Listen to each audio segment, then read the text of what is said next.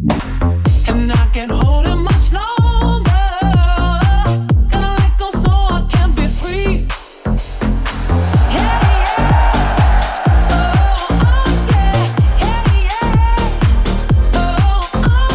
Hey, if you listen to us via podcast format, say in the car, and you send us a review, we read many of those, or at least I do.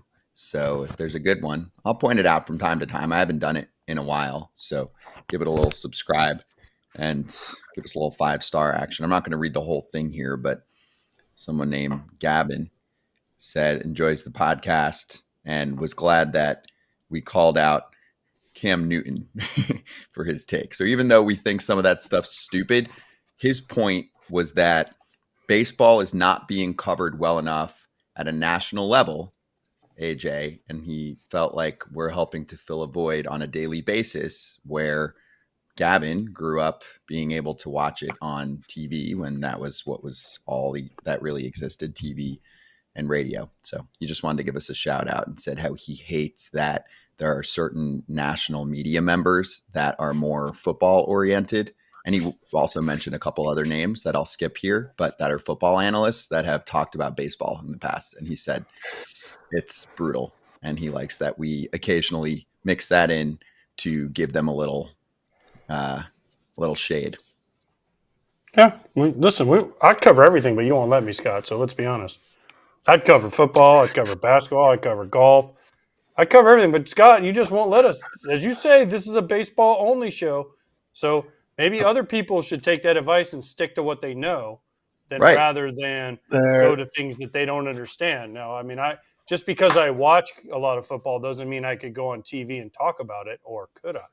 Or have You just played to my point, though, Kratz. You just played to my point. Gavin said, I love that you guys actually watch and know the sport, while occasionally a national sports show, especially on TV, will try and touch on baseball, and they are beyond lost. So let's keep talking about baseball. Yeah, we cover plenty, okay? I don't think there's been a player guest on this show that doesn't know a little bit about your Florida allegiance. That was probably been one, maybe. Cam Newton was at Florida. Let's not forget. And he got hee-hawed right out That's the right. door. So. All right, so he also has no idea that baseball is still thriving financially, which plays right into our top topic today. Let's charge the mound. Charging the mound. So we got the MLB report on revenue. Kratz, the numbers are in, and these are numbers just very closely tied to ballpark, national TV money, etc. This does not include other companies owned by the teams or mixed-use developments around the stadium, like the Braves Battery or that bar that the Mariners own that I always use as an example, etc. It does not include revenue from the team-owned TV networks either, which do quite well, from what I've heard from my friends at some places that work there. And yet the number that we get is $500 million more than the all-time high. $12.1 billion of revenue for Major League Baseball in the 2024 season. If we take some of the other fun treats that I just mentioned that are not included in the number, I bet you it's closer to $14-15 billion for what baseball brings to the table in terms of revenue. Your thoughts on the sport and the off season, which sometimes makes it feel like it's not doing as well? My thoughts are go revisit one owner's comments. Biblical losses were during this 10 years of up 33%. Breaking even was another quote by the same owner. Like when you think about that kind of stuff, you say, okay, well, that doesn't necessarily put money in their hand today, but it allows them to make the money that they're looking to make. But ultimately, winning teams make money, not spending teams win. It's winning teams make money. So some of them don't care about winning. They care about the bottom line. Good for them. They won in that category, but bad for their overall outlook because their franchise is going to the value is not going to reach the peak that it could. Yeah. Listen, what did we just talk about? Who did we talk about at the top of this show? Who was the guy, Scott, that you just mentioned with the funny hats that he wears all the time? Camelama Ding Dong Newton. Yep. Okay. What did he say that in 10 years the WNBA is going to surpass MLB? What was the number we just showed for what MLB revenue was in 2024? Just hit me with it again. 12.1 AJ, which is a fake number. It's actually significantly higher if we count assets around the team, which is always why there's going to be a problem with a salary cap one day, because they're not going to want to include that, but that has everything to do with the team revenue. Okay, now what do you think the revenue for the WNBA was last year in 2024? This is not a knock on the WNBA. This is a knock on Cam Newton and what he said.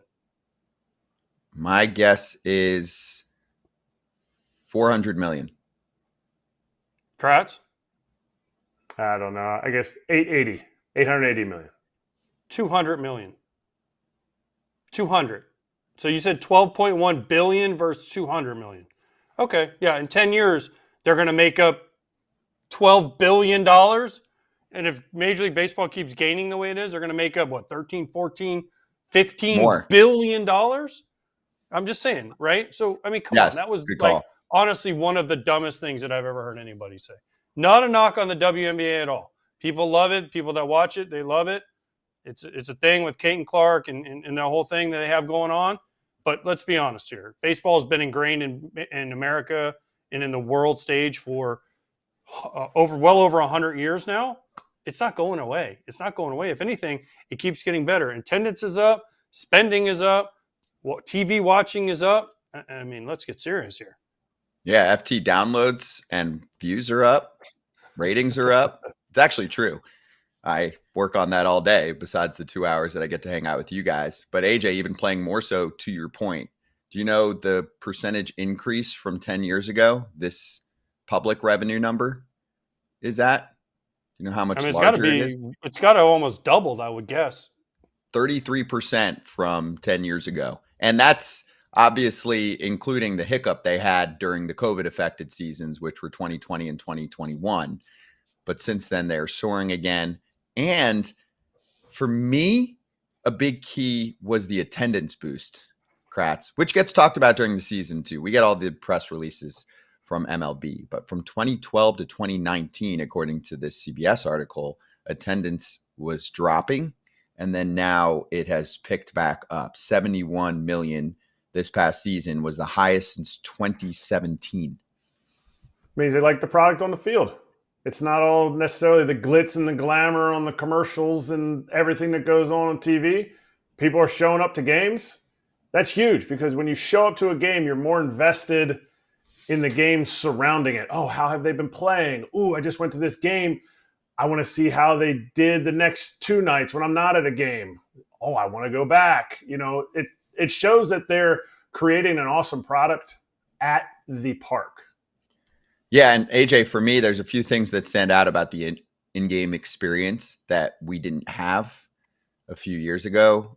Primarily, it's some rule changes that have sped up the game. That matters for families that want to be there for 2.5 to 2:45 instead of 3.5 plus hours. You know, a 7 o'clock game, things get a little crazy. Also, some of the games have started earlier. Yeah, you want to add one, and then I'll add one on the back end of that. No, and I'll give you one more. For me, it's the pitch clock has been huge because it keeps people interested for short. To go to a soccer game, it's 2 hours on the nose. You go to an NBA game, it's about 2 hours. Now, football is a little bit longer, but you have a halftime. You can get up, you can move around, do a bunch of different things, and not miss a bunch of the action. So people, I don't think, get as bored with it as sometimes baseball people say can drag on, but I disagree. But, you know, casual fans, 2.5 hours is much better.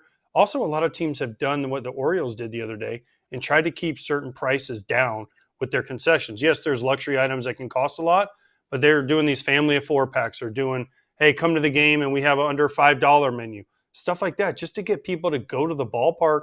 And once people go to the ballpark and they see how many things they have going on, the scoreboards and the mascots and the promotions going on between innings, people usually have a good time and they want to go back, especially children. Boom. There you go. Affordability. That was the one I was going to add on the back end. I'm with you there.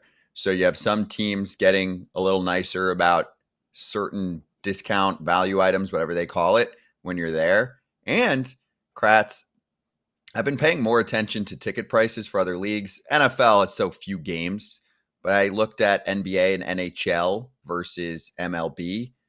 If you want to play it right, at most ballparks, you can take your family or two of you, a friend, a partner, whatever, girlfriend, boyfriend, to a game and not pay much. You know, you can go on a secondary ticketing app kind of situation, day of, day before, and find something very affordable. You can do that with the other sports, but you can really do that with most baseball teams. Now, if you're going to pick a Dodgers, Giants, Yankees, Red Sox, or Yankees, Mets kind of situation, you're asking for it. But if you're going to pick just a run-in-the-mill June 5th game, you can really have a good time for a low amount of money. And it's hard to do that with any form of entertainment these days. You can make it. I mean, just talk about general admission tickets, not standing room only or anything like that, but a baseball park, a stadium gives you a way, way different experience than a hockey arena, a basketball arena. Football's different. You know, it's a different, totally different atmosphere with the tailgate and everything leading up. But a baseball game, the parks, you get a different view of the game from so many different areas of the stadium. You don't have to sit front row to make it like this unbelievable experience. You can sit in different areas. There's a chance of catching a foul ball. When are you getting that in any other sport? Like, there's just so many things that go into it that you don't have to sit in the elite section. You can sit there and experience the game and be a little bit farther away, be in more affordable seating. And I'll finish with this because this was just pointed out in the chat by Sam. Baseball is something no other sport can touch, and it's volume. 162 games. That place. A lot of people want the consistency of being able to track a team, even if they can't watch every second of every game. It also gives you more opportunities to hit games. You get 81 home games, spring training, all that stuff. There are just a ton of opportunities to be able to attend, to be able to watch, etc., for a world that is on devices more than ever. So good little commercial there on how the league's still doing well. But I thought it was important to point out the revenue number because I saw it pop up this morning. All right. On that note, we're going to talk. Well, we already did. We're going to show the Barry Bonds conversation that we had coming up next on FT from this weekend. TV crowd hasn't caught it yet. So gear up. It was really good. Ken Rosenthal's on a million interviews. He was like, whoa, that was awesome.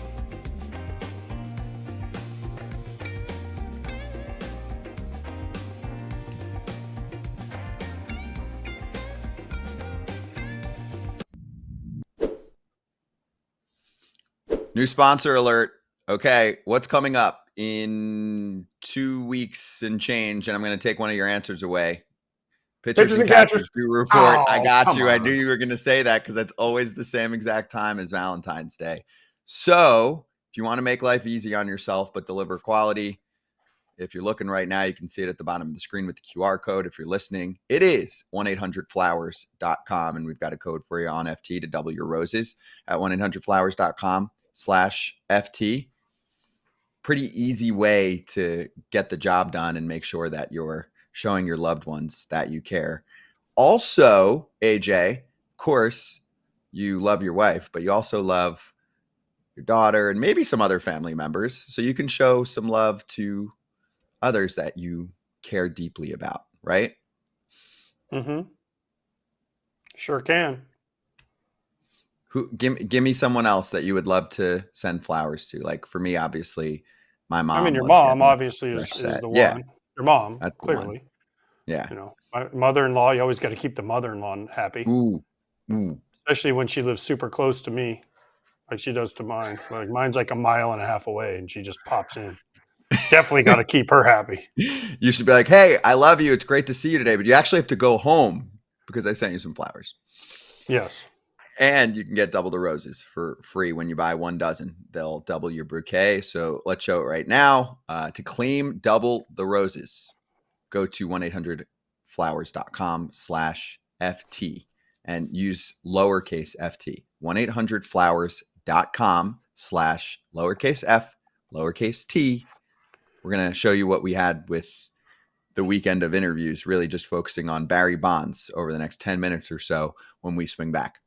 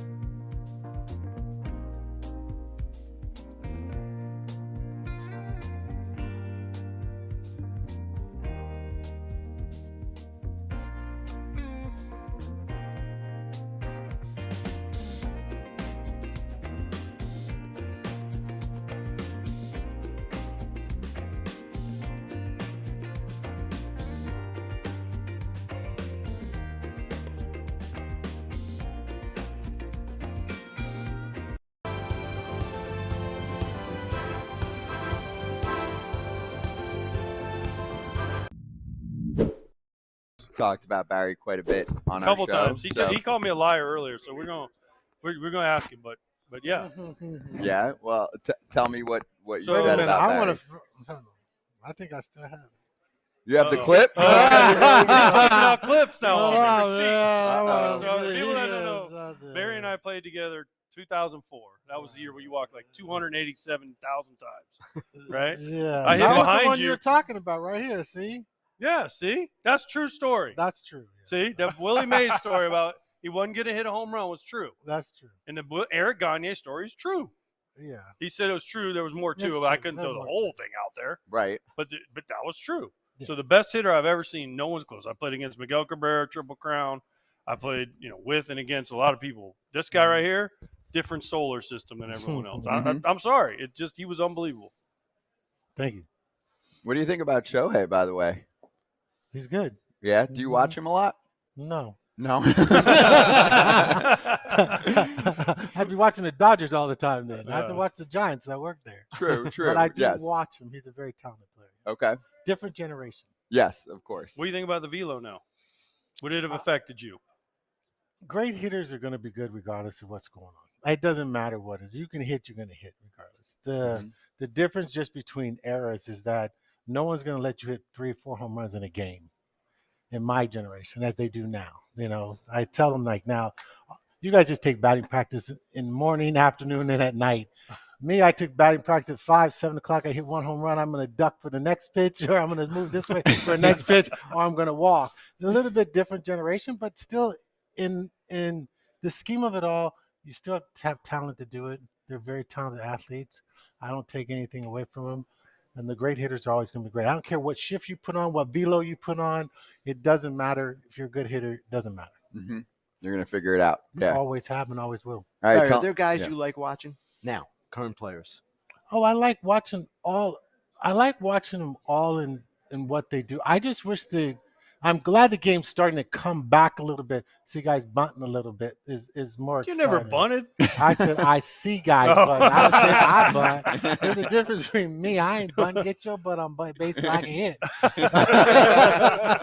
But just the little things that matter in the game of baseball. Like you get guys sitting there, oh, he shifts over here. If you want him to shift, bunt to third base, make him come back over there.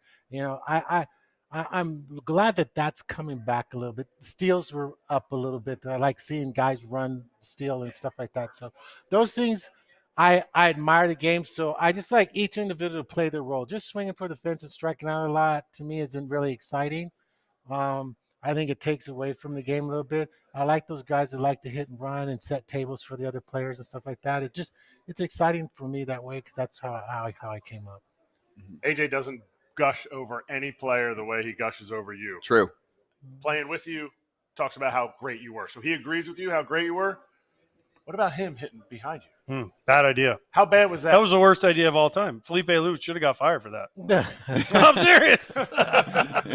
Yeah, I always sit there and say I wasn't the greatest teammate off the field, but I was pretty good on the field. Yeah, I'll take a best- walk for you. Yeah. And that was the name of the game. My father would tell you, I don't really talk about myself so much because, you don't need to if you're good. People talk for you, right? And so my job is to get on base. And if I could have been selfish. I could have swung at a lot of pitches. I could have done a lot of things, but that's not how baseball is supposed to be played. My job, they don't want to pitch to me, let my teammate do his job, and that's what he's getting paid to do. You know what I did that year? Hit into a lot of double plays. That's all right. A lot of double plays. All right, at least you tried. Yeah. He was trying to do something, create action. You need to break it up at second base. Get in there Barry's for him. peeling off. We didn't I want him only hurt. peeled off We when didn't I want got- him hurt. Yeah, I only peeled off as I got older. When I was younger, I don't have 500 by accident. We Right. didn't want him hurt. We needed him to hit. So trust me, I was fine with it. Barry, what about the times when it's like you're going to get one pitch tonight? That's it. You're going to get one pitch. How would you stay focused on that and also not just be I kind of trained myself to do it. Yeah. I took batting practice. I tell these guys all the time is I mastered batting practice. And that was my whole key to hitting was I mastered BP. Because you have a guy who throws to you every day like 72 miles an hour, and you're getting jammed in the cage, or you're popping it up, or you're doing things because you're trying to overextend a technique of hitting. It's simple to me because it's like I sit there and say my IQ is so high it kind of like insults people sometimes, but I don't mean to. It just is what it is. But if a ball's coming at me at 72 miles an hour and I compress it in a perfect technique, the ball only travels so far if you use physics to it. Well, if the ball comes 80 and I still do the same thing, the ball just travels even further. What happens in BP is you get the guys trying to compress a 72-mile pitch just to hit it into orbit, and they're actually breaking down a technique that they shouldn't be doing. And so I just mastered batting practice in a way where I can control wherever the ball went. And then during practice, I actually played the scenarios through my head, and I played them in batting practice. I don't know how these guys don't go on the field anymore and hit. It doesn't make sense to me. I need to touch it, feel it, at least line up properly to see if I'm there. I don't care if you take 5 swings or 2 swings or whatever and go to the batting cage. But things can change out there, so I've always wanted to be in that technique. And then I played, I'm only going to get one pitch, so I play, I'm 0-2 already in a scenario in my head, or I'm going to do that in practice over and over again. If I see that pattern over and over again, I'm going to beat you. And it's simple math. Why does the pitcher get 4 and I get 3? Because throwing a ball straight with a 17-inch plate that goes this wide, it's not that easy. You can go to that little amusement park, you get those little 3 little things. You got that ball and you hit 2 and you miss 1. Okay, think the distance, right? Mhm. Now he's got to put a wrinkle in it. Those odds drop to here, right? Yep. And if you guys have watched this game long enough, you've been in this game longer than me, damn near. I've been, I'm 60, so. I'm 62. Okay, so Yeah. we've both been in this together, right? Okay. If you sit there and watch the game long enough, guy don't swing, I guarantee you most of the time it'll be 2-2. Mm-hmm. You don't even have to swing a bat. Yep. Math, physics, the game dictates itself. So I understood it and I understood how to do it. Mm-hmm. The That's best. good. Yeah. That's So- it. The best. You only need Best. one. And by the way, I loved when you got up there. You're like, Willie's number 2. I'm number 1. Well, I love- 762 tells that story. I'm I need to not. explain Listen, myself. you're talking to like your biggest. You're talking to like your biggest fan. Okay. I love him. He's number 1 to me in my heart, but statistics are statistics. That's it. Do you keep track of those to see if anyone's tracking towards any of your numbers? I hope I'm alive when they do. I don't. Mhm. The one thing is you don't get jealous over people what they do in their careers and what they. I never been jealous over anybody. Go break it. I hope I'm there to see it. You know what I mean? I did what I did. It's over. I can't do any more. And if you just happen to be better, God bless you. Just be better. Yep. You got records nobody's catching. Walks and that 2004 289 walks or whatever. Well, nobody's ever going to do that again. No one's going to intentionally walk like 200 times. No one's going to get to 700. They're not going to play long enough. The game changes a little bit, maybe. Just different eras. That's all. If you weren't hitting 300 my era, you weren't in the major leagues, most of them. Nowadays, it doesn't really matter. So do I want to play back then or now? I'd rather play now. I get $700 million. Strike out 200 times. Boy. That's what I was asking, too. I'll so tell you ain't got a chance, brother. On me. I'll call all my shots. When you saw that contract, were you like, because that's well beyond what anyone else is making. Ohtani's it's 700, but it's deferred, so it's 460, whatever. But Soto's money that's real. The players Mid-sevens. deserve it. I mean, you can't take away. They're the entertainment. Okay, that just shows you how well the game's doing, right? And so you don't discredit that. You know, you just hope the teams have enough to share it with all the other guys, because I need some of my teammates to get like 200. Yeah. So they stay on the team, and I don't want to be out there by myself. I don't want Soto to be out there. He doesn't want to be out there by himself, $700 million, and then you're rebuilding a franchise. That's not what he wants either. He just happens to be in the right place at the right time, and, you know, God bless him. Do you guys reach out to you, like current players? Yeah, I talk to a lot of them. They always talk to me about hitting. Everyone is always talking. What do you want want to to talk about? You want to talk about something else? And, I mean, you give me your number, I'll call you about something else if you want to talk about something else. Yeah, that's what they want. I mean, they watch video view. Like, there's a guy, I won't say his name, but a good player in the bigs who texted recently and was like, "How do I get footage of Barry?" And I was like, "I think you could probably. I mean, you're a big leaguer." I was like, "You can probably get in touch with Barry. Yeah, if you want to talk to him." The name of the key to hitting is just getting in the hitter's count. If you get in hitter's count, you have a better shot. But educating a lot of the guys when they're with me and we're working out and training and I'm going through this and I'm going, your main objective is just you in the picture. Okay. If you can focus on just that and you and isolate everything else out of your mind, your success rate technically is better and you won't be angry at everything else. So if I had a line drive to second baseman, he's out of the equation. He already lost. Even though he's clapping like he got me out, you got beat. Your goon saved you. Okay? So now, if I don't try to hit that same spot again, which technically might miss it and go over, hit a line drive over his head or do something else. If I chase the two of them, 2 against 1, I can't win. My refocus still needs to be on my opponent in front of me, and eventually his goon will disappear. But what happens is a hitter will go, bam, he made a great contact, did everything perfect, come back and try to improve on that. And you can't. Once perfection is there, it's there. Try to maintain it the next 4 bats. You might be 3 for 4 because his goons don't get in the way. You gave him too much credit when he already lost the equation.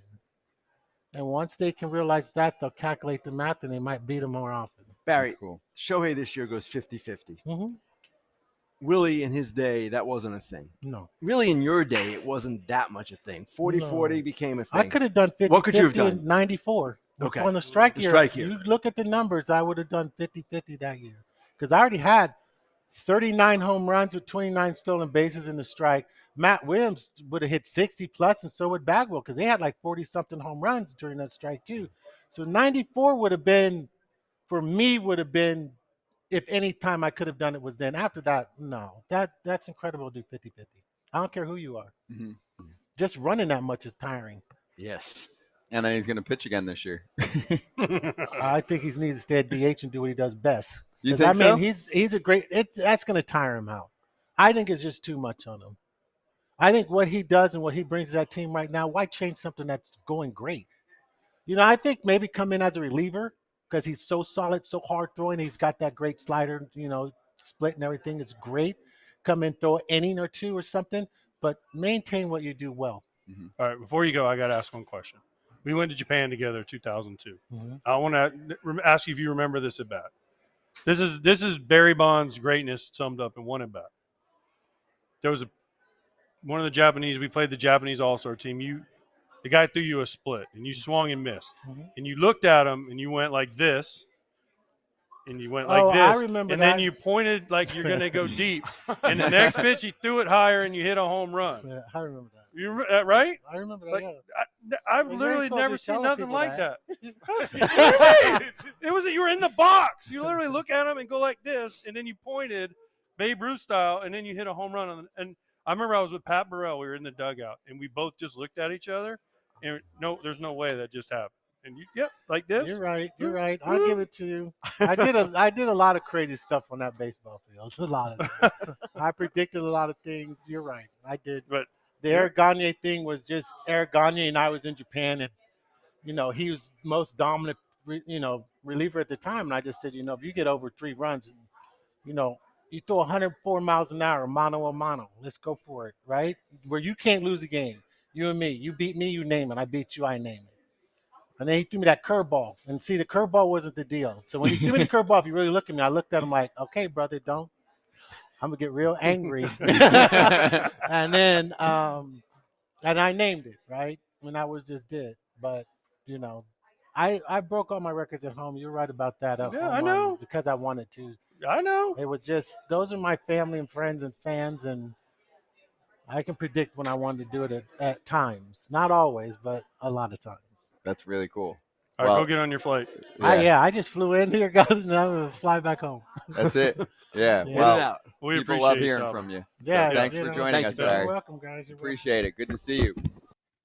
Nice. That was great. I'm going to read a few quick comments before you guys jump in with yours. So we posted things on Twitter and Instagram, TikTok, etc. Here's one from JD about the 94 strike. Lots of milestones that year. He said Griffey was at 40 homers. Gwynn had a legit shot at 400. And then at Dead Baseball said, was going to say no way for Barry to get 50 stolen bases that year. And he said he looked up his game log and he said right before the strike, he had 7 stolen bags in the last 8 games alone during that time period after a slower start with 4 total stolen bases in April. Some other love from fans, including here, one more on the velocity. BK Dutt said Bonds was 15 for 49 with 3 homers and a 1,000 plus OPS against Randy Johnson, like over 1,000, and over 1,000 OPS against Pedro, 11 for 33 with a homer. He goes, I think he'd do just fine against today's velocity. He'd be just fine. He'd be just fine. There are so many stories I could tell about Barry Bonds, and I was only with him for 1 year. And I told, there was 3 great stories in that little interview we just did with him, but I just wish he would talk more. He did a drill. He talked about mastering BP, right? He did a drill. He had his own BP thrower, was lefty. And he would go in the cage by himself, just him and the BP thrower. And he would get him like halfway from the mound. And he would tell him to throw it as hard as he could. And Barry would barrel every single ball. Now, you can say you knew it was coming. You could say yada, yada, yada. But this was a human. This was not a machine throwing to him. So it wasn't always in the same spot. It could be anywhere. And when he swung, he barreled it. And I'm not saying this guy, he was telling him to throw as hard as he could. And he was 30 feet away. And I've never seen anybody else do that. I've never seen anyone else be able to do that drill. When he says he mastered BP, he mastered the art of hitting. And he was the best I ever saw at it. It doesn't matter who he faces, what it is. The biggest thing, dudes used to throw at guys. Guys don't do that anymore to back him off the plate. And what you hit on, Scott, was the biggest thing for me. Watching him, the fact that he'd get 1 pitch a game and hit a dinger. All that, he did it in San Francisco. Dudes don't even sign there, or we talk about it every time somebody signs there. Not a great place, tough prove-it stadium. Nobody hits dingers there, and he did it on the reg. Crazy. Another universe, like AJ said.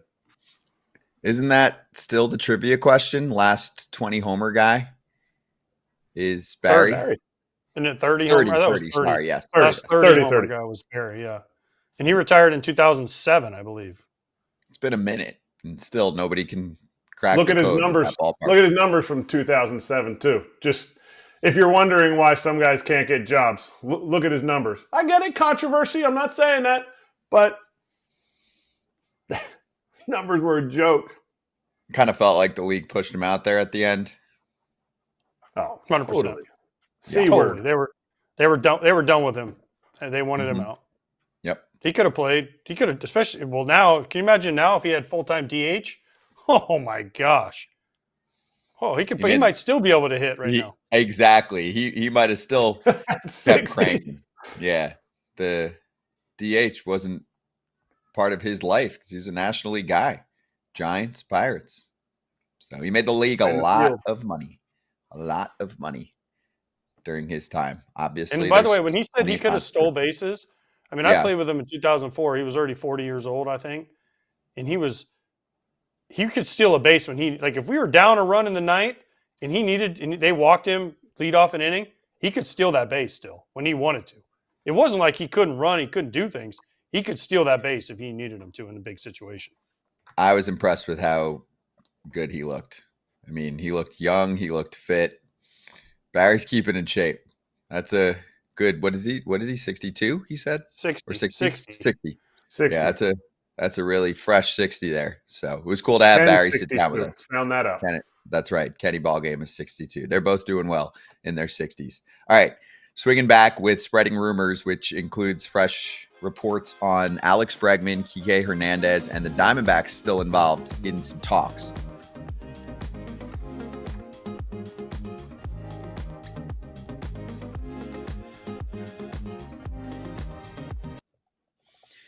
So in the break, sometimes we hit something that we don't necessarily have time for on TV, but we want to be the show that documents just about everything big going on in the game. So baby signing time.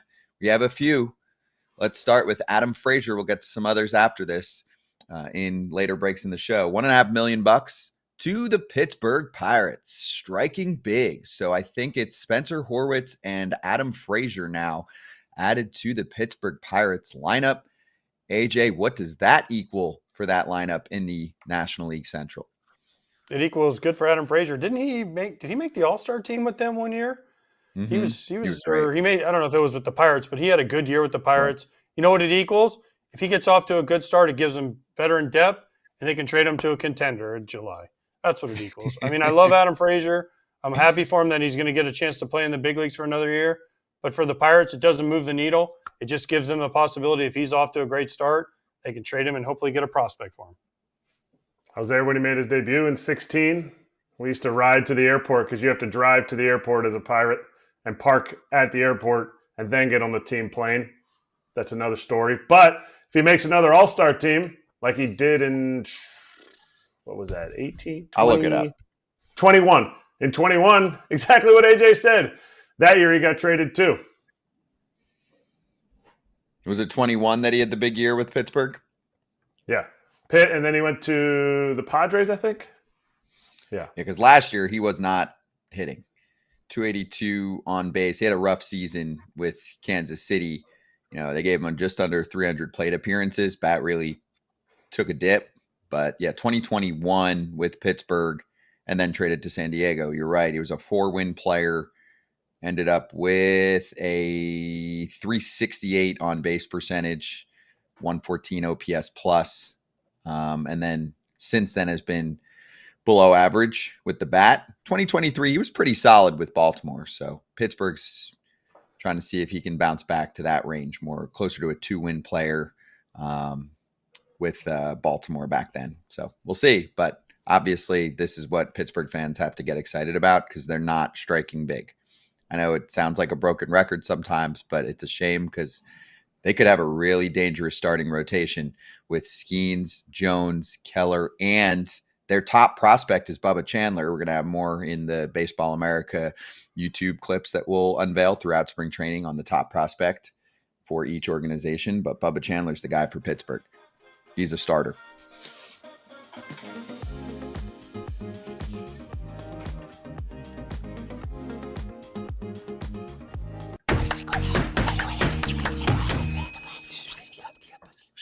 What's going on with the Astros? Astros keep it exciting, guys. I mean, they have been active throughout the offseason, right? They were going after Bregman. They don't get him. They get Paredes. They get Christian Walker. They traded Ryan Presley. That trade was just actually official this morning. And Dana Brown is always pretty solid and straightforward with his comments and talked about how the relationship was definitely fractured once they brought on Hader. That's fair. Presley really was not pleased with that whole situation, and you get more of that as now he's moving on. Anyway, that opens up some room to maybe do something else, although they're just staying close to that luxury tax range. The latest report here from The Athletic, Chandler Rome, Ken Rosenthal is going to join us soon, AJ, is the talks continue with Bregman. There's interest from from 5 teams. I didn't even say at least 5 teams.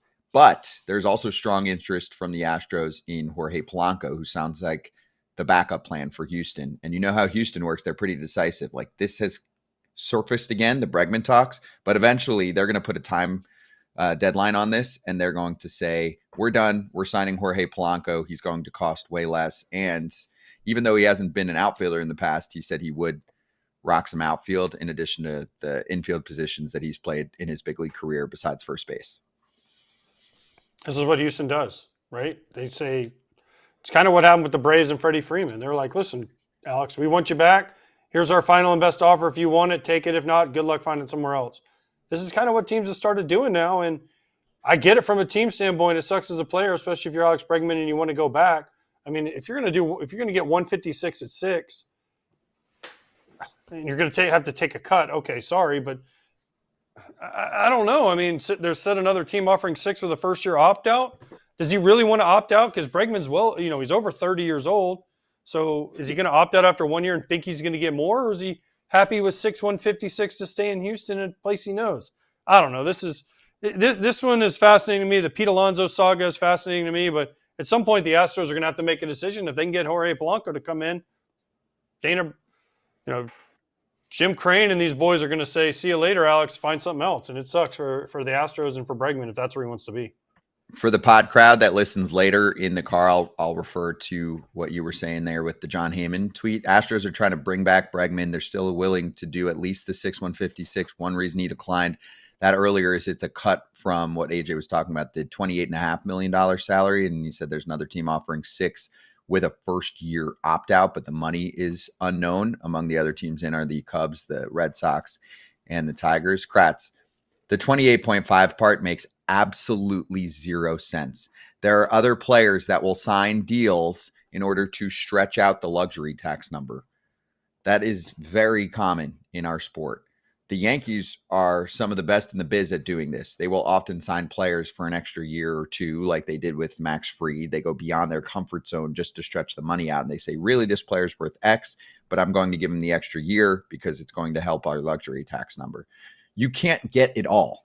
You can't get the years you want and the AAV you want. Usually the overall number is just what players care about, the present day value of the contract that they're getting on the market. It was confusing to me, the AAV part, unless there's, I know from Boris's side of it, like obviously he has another third baseman coming that will have similar numbers at some point to Alex Bregman. And if he can get that AAV up, then he can say, well, he's a year younger. He wants an extra year from what Bregman got, all that stuff.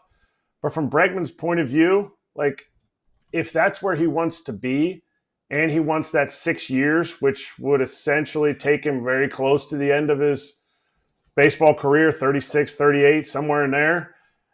To me, I think it works because it works for the team too. And I think I know he wants to win. So you get an opportunity to be able to sign a few more guys down the road when some of these other contracts come off. The Phillies and the Yankees are prime examples of this. Yeah, talk to me in 7-8 years when some of these guys are older, but right now is their shot. And just to put a bow on Jorge Polanco's situation, he was okay last year. He definitely had a down year by his standards, and he had knee surgery in October. Seattle declined his $12 million option.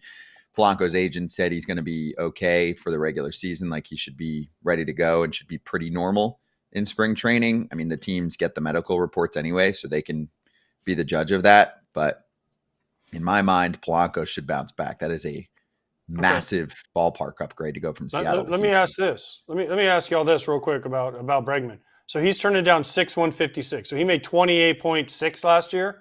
So let's just say he wants 30 a year. What team do you think is offering him 180 right now with an opt-out after 1 year? Tell me the team. Cubs. You think the Cubs are offering him that? I don't think they're offering. I think it just the whole opt-out after the first year just sounds very Cubbish. But I don't think it's that high of a number. No. Let me make this clear. There's a team offering 6 years. They're probably offering less money, but saying you can get the opt-out after year 1. Okay, well then again, some teams offering in the world let's right say they're now, offering let's say they're offering the 156 to him, and they're offering an opt-out after 1. But his big thing was the 28.6, whatever he made last year. He wants to beat that. Is there a team that's going to beat that over a 6-year span? No. I mean, go back to Houston. They go back to Houston where you're comfortable. They love you. Finish your career as an Astro. Have your legacy. Alex Bregman has his own things, but I'm saying if it's me and they offer me this, now, listen, it's not my money, and it's not me making the money. But if I have a team I've been with my whole career, and I don't know, that's just me though. Sometimes we're like, damn, this is rough, but 156 looks pretty nice. If That's what you're looking for, the long-term package. If you want the short-term package with the opt-out, there are other options out there. All right, let's ask Ken Rosenthal about this when we swing back on FT.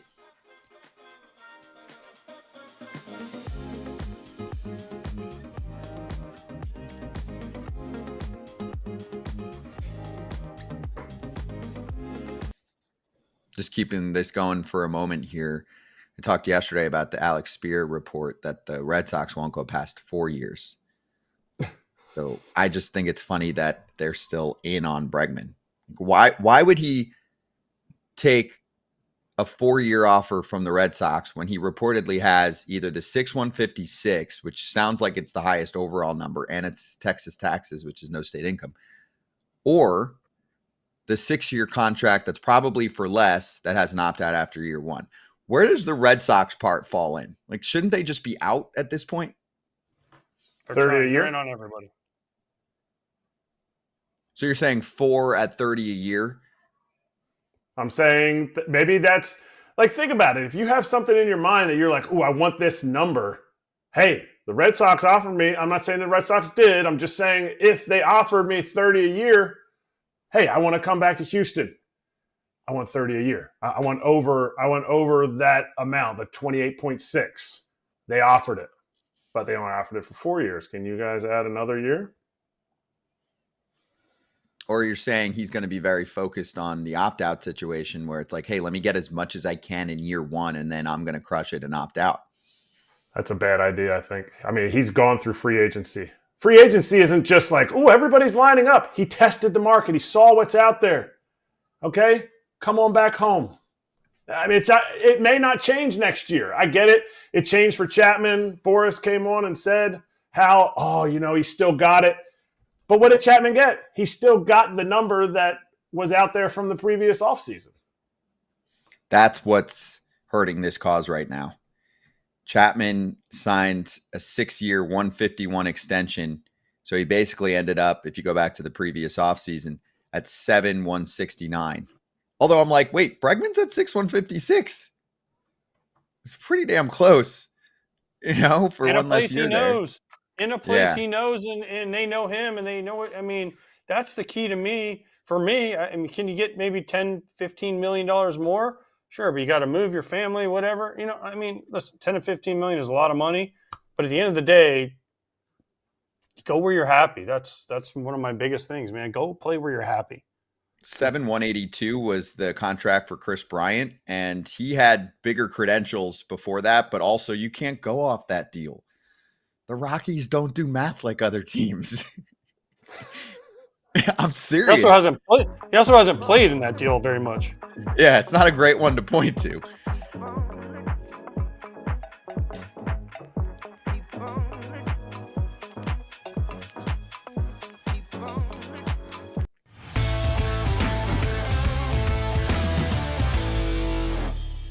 Let's hit the inside scoop with FT Senior Insider Ken Rosenthal joining us right now, and also a fresh fair territory from yesterday for you to consume later on. But Ken, let's start with the latest on Alex Bregman. Sounds like still a lot of teams in the mix with their own version of an offer, and the Astros thinking about him, but also Jorge Polanco. What else can you tell us? It's interesting. I was just listening to the conversation you guys were having, and clearly, if there was a team willing to go to where Bregman wants, it would be done by now. It's not done. And I've heard and I've seen reports of multiple 6-year offers. Well, what's the dollar figure? Multiple 6-year offers. If a guy's getting a 6-year, $100 million offer, not sufficient, right? So I'm not sure where this is going. And the Astros clearly are lining up with Polanco, an alternative plan. Might they execute that plan? Yeah, they could. Polanco is a switch hitter. He's a guy who can play first, second, third, possibly the outfield. Scott, you mentioned the knee surgery earlier. His surgeon gave him a clean bill of health. He's ready to go now. The knee issue apparently bothered him for not just last season, but even before that. So he's excited about playing, and rightly so, because he's healthy. Is he Alex Bregman? No, he's not Alex Bregman. And the question for the Astros will be, okay, here's the luxury tax threshold. Here's where you are if you sign Bregman. Here's where you are if you sign Polanco for much less. And ultimately, at some point, they're going to have to make a call. And at that point, if it's to Polanco and not Bregman, then it will be really interesting to see where Bregman ends up, because he clearly has interest and he should have interest. He's a really good player. But again, he's still out there. It's January 28th. And maybe this all works out for him. But AJ's point, who's giving him 180? That's the question I would have. In your article, you mentioned how Jim Crane does not want to go for a second year over the soft salary cap, the CBT, but he's not ruling out the whole Bregman thing. So if this Bregman thing happens, let's say it happens at this, doesn't really matter what the number is, it's going to be over the CBT. Does that precipitate other moves then? Does that mean there'll be some other type of dumping? I know they already dumped Presley, but it ended up being only $8.5 million that they dumped, so you could fit Polanco in there. But would there be other moves if they get Bregman here? It's a good question, Erik, but my expectation would be that if they did that, if they went over the CBT again for a second straight year, it would be just like last year when they did it with Hader. Well, we got Josh Hader, we're going to go over the CBT. In this case, we got Alex Bregman, we'll go over. So I don't know that the CBT will drive this as much as Jim Crane's desire to win. And remember, he has said repeatedly that when he is owner, as long as he is owner, they're not going to go backwards. They're going to keep pushing and go forward. So making more trades, I'm not even sure who they would trade at this point. Maybe Montero, but they're going to have to eat all of that.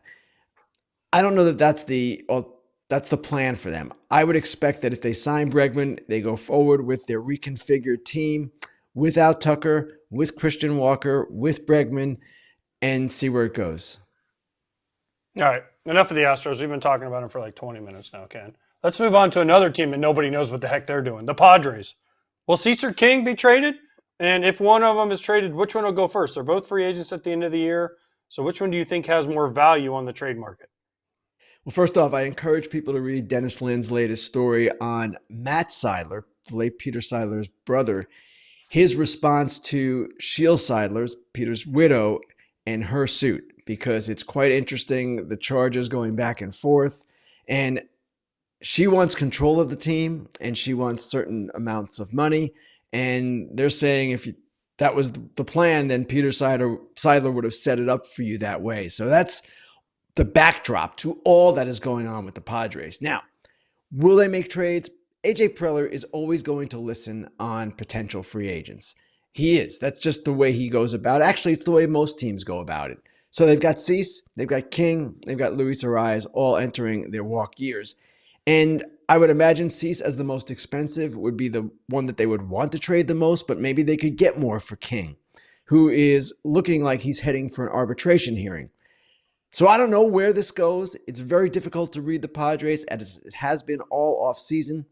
This lawsuit is hanging over the franchise, the fight between the Seidler brothers and the Seidler widow.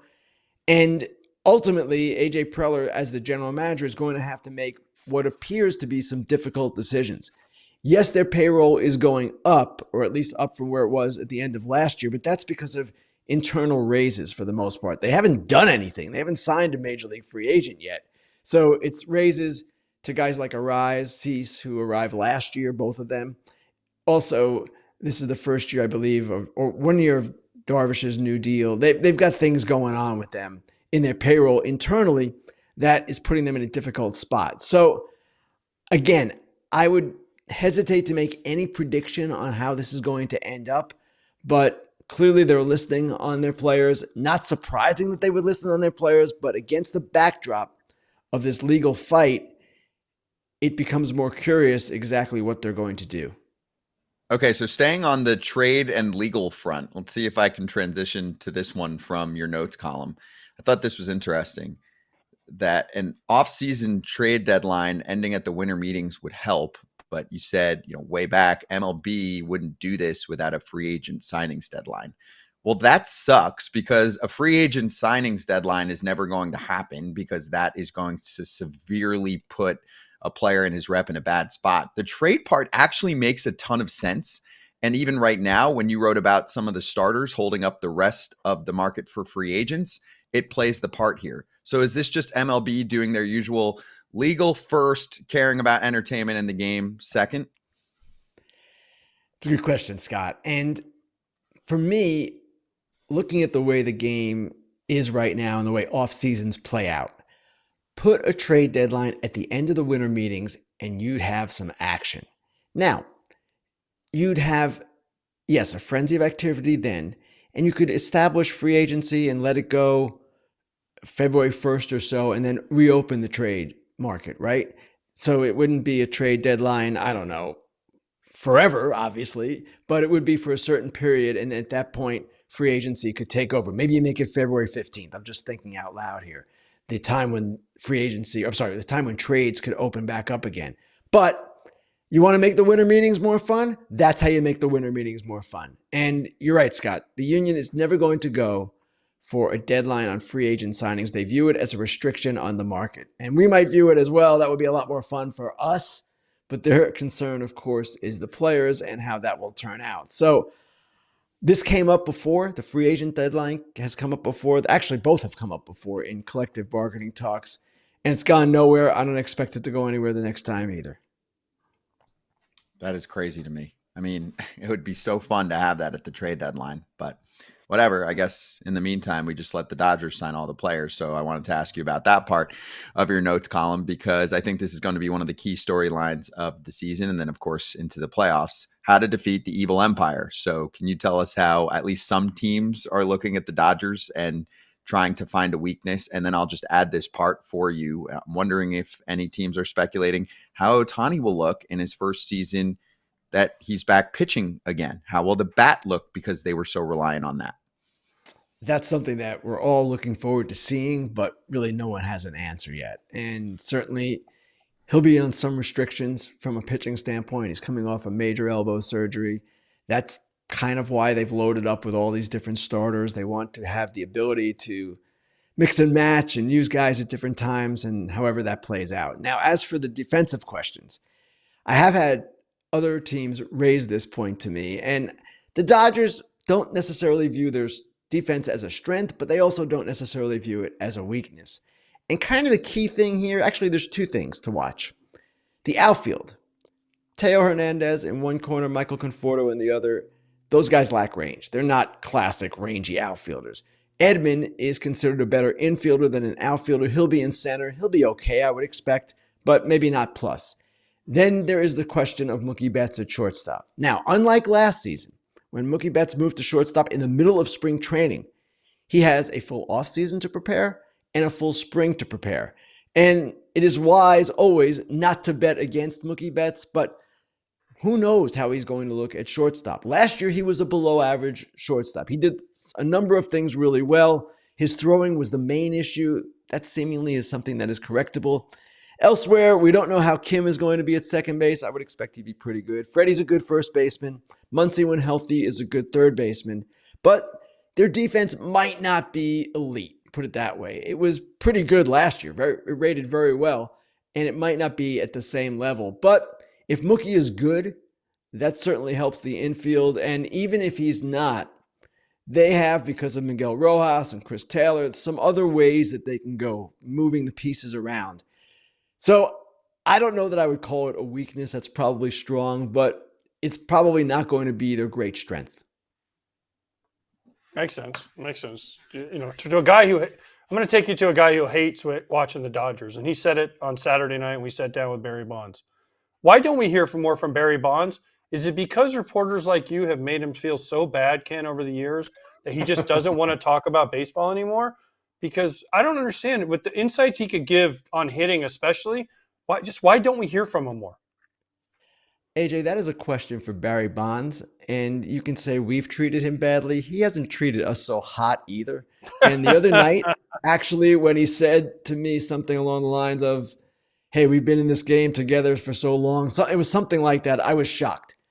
I've talked to Barry one-on-one in my career, I don't know, maybe 2 or 3 times, and I don't recall any of those conversations going particularly well. Now, he has his own thing and his own personality. If that's the way he wanted to go about it, that's fine. But when you ask if he doesn't speak to reporters or doesn't speak publicly much because of how badly we treated him, I would suggest that is a two-way street. Okay, that's fair, Ken. That's fair. But I was more specifically pointed at. Well, I like hearing him. And we all enjoyed that interview the other night. It was one of the more revealing things that I've heard from any player recently. And I wish he would speak out more or talk more. I don't know how often he gets requests because a lot of us got tired of requesting interviews when we were getting blown off. But certainly it was highly interesting, to say the least, to hear just the way he approached hitting and the math equation that he discussed and all of the things that we talked about. I thought it was so cool. And yes, I loved hearing it too, AJ. And sure, if he was in a more public forum or chose to be, maybe he would want to go to a network. Who knows? I would think that would work out pretty well, but I don't know that that's his desire. Somebody who is not shy with the media, which I love, is Steve Cohen. So we were talking about the storyline from the weekend when he's going over Pete's situation. I mentioned in your article how you wrote about attachment 49, but I also promised the guys I would ask you about that. So your thoughts on if that could turn into a grievance post Pete Alonso signing, and really, do you remember hearing an owner being this candid in an offseason before signing or during negotiations with a player? Post, different, but during this time period? First of all, Scott, I made it clear in the article that I do not expect a grievance to come out of this. And usually the union only acts when prompted by the player and the agent, and Boris is not going to want to disrupt the negotiations and probably in the future not want to get into a grievance situation with the Mets when he's going to have other clients to deal with, free agents going right down the line. So that's one thing. And I wrote it because in dealing with executives for so many years, I know that a number of them are terrified of talking about free agents because of the possibility that it could lead to a grievance because of what is known as attachment 49. It's part of the CBA. And it basically lays out that owners, executives, even agents cannot talk about the substance of negotiations publicly until the deals are done. They cannot talk about offers, etc. Now, what I wrote with Cohen is that what he said was a matter of interpretation. Some might view it as crossing the line, some might not. A number of the legal scholars who are Mets fans inform me that no, he did nothing wrong. Well, you guys are not quite as well up on this as perhaps the union attorneys or people like Boris who represent the players. That said, I still don't expect it to lead to anything. It was just interesting to me that he was that forward in what he said, that transparent, because generally speaking, owners and executives toe the line with this kind of thing because of what is in the CBA. That is what the point of that particular note was in my column. And if you watch the clip, it looked like it was organic. I don't think they were planning on releasing anything publicly, but when you're at a fan fest and fans are screaming at you and you're an owner who is a super fan, right? He qualifies for that. He was like, screw it. I'm going to open my mouth and give them a little more insight. Because then and what happened, Scott? It was like booing that turned into cheers. Well, exactly right. That's the point I was going to make. The fans are chanting for Alonso, re-sign Alonso. And then as soon as Cohen says what he said, and I don't know that it was premeditated either. I don't believe it was. But when he said that, all of a sudden they're cheering, which demonstrates the fickleness of fans. If they hear things they like to hear, okay, that makes perfect sense to us. Good, we applause. But again, the real question is, are they going to sign this guy? And again, to most of us on the outside, it certainly appears that that is the logical conclusion to this after all is said, and plenty has been said and done. We'll see. We'll see if Pete Alonso gets something better somewhere else or if he ultimately goes back to the Mets on a deal that Mr. Cohen finds acceptable to him. Okay. Well, then give me the answer real quick. Does Pete Alonso end up with the Mets, and does Alex Bregman end up back with the Astros? I still expect Alonso to be back with the Mets, yes. And let me preface this by saying I don't know. I don't have inside information here. I'm just going on what appears to be the logical outcome. Bregman, I'm not as sure about because they've got the Polanco alternative, and it's just a question of how much Jim Crane wants to raise that initial offer, if at all, from 6 years, $156 million. Bregman does appear to have other interests. Now, is it interest at the level he desires? I don't know that. So I believe I said on the show Saturday night that I do expect Bregman to go back to Houston. If I had to bet, I would bet that, but I'm not as confident in that as maybe I was even Saturday night.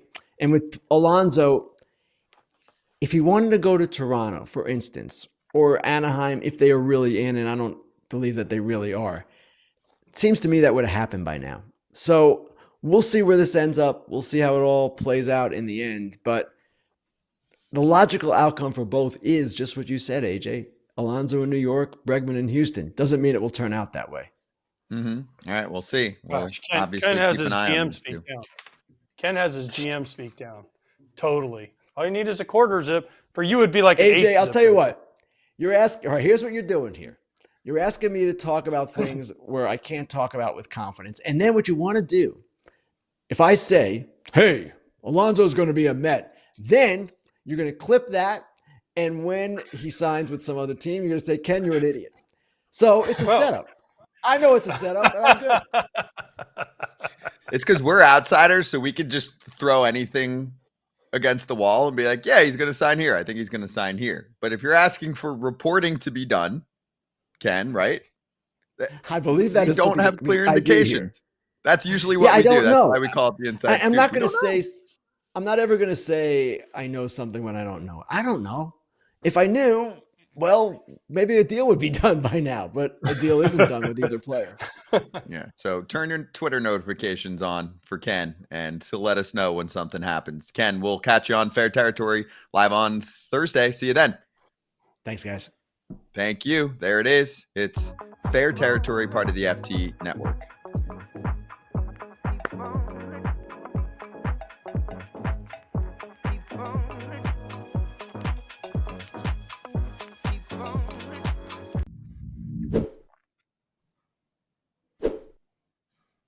I barely ate this morning and I want some HelloFresh for dinner, please. Anybody cooking up anything good lately? And as you can see on the screen, or if you're listening later on, HelloFresh.com/FT10FM, 10 free meals and a high protein item for life. More on that in a moment. Kratz looks like he's been chefing up. Oh, man. It was my son's birthday the other week, and I made the smash burgers from HelloFresh. I've never made smash burgers. I'm always just like a make the patty, grill. So when they sent smash burgers, I was kind of like, well, everybody likes a cheeseburger. Let's check it out. Oh, my goodness. My son, it was his birthday, and he wanted burgers, so it just really worked out really well for us that I got him from HelloFresh. He goes, Dad, can you make them like this all the time? They were awesome. My dad was there. He's a big burger connoisseur. And he's like, turned to my mom, you need to make these like this. This was good. So just saying. HelloFresh, making Kratz more popular by the minute within his family. Who doesn't love a smash burger? That's true. Who doesn't love a smash burger? I love smash burgers. Smash burger. Yeah. But I've never made one. Have you ever made smash burgers? More. Let your kid get out more, Kratz. No, he loves them. He loves saying. when other people make them, but he's never had them when I make them. Like I homemade smoke Kratz smash burgers. Yeah. Yeah. I hate making smash burgers because you got to clean the griddle when you're done. And it's a pain in the butt to clean the griddle. You know? And then the vinegar, you got to use the white vinegar and it gets all in your face. But smash burgers from HelloFresh are where it's at. Not going to lie. Mm-hmm. There you go. Ready-made meals, 50 options to choose from per week on a menu that keeps changing. So get after it, FT fam. Up to 10 free meals, a free high protein item for life at HelloFresh.com/FT10FM. New subscribers only, varies by plan. Free meals applied as a discount on the first box. Up to 10 free HelloFresh meals. Go check it out. HelloFresh.com/FT10FM.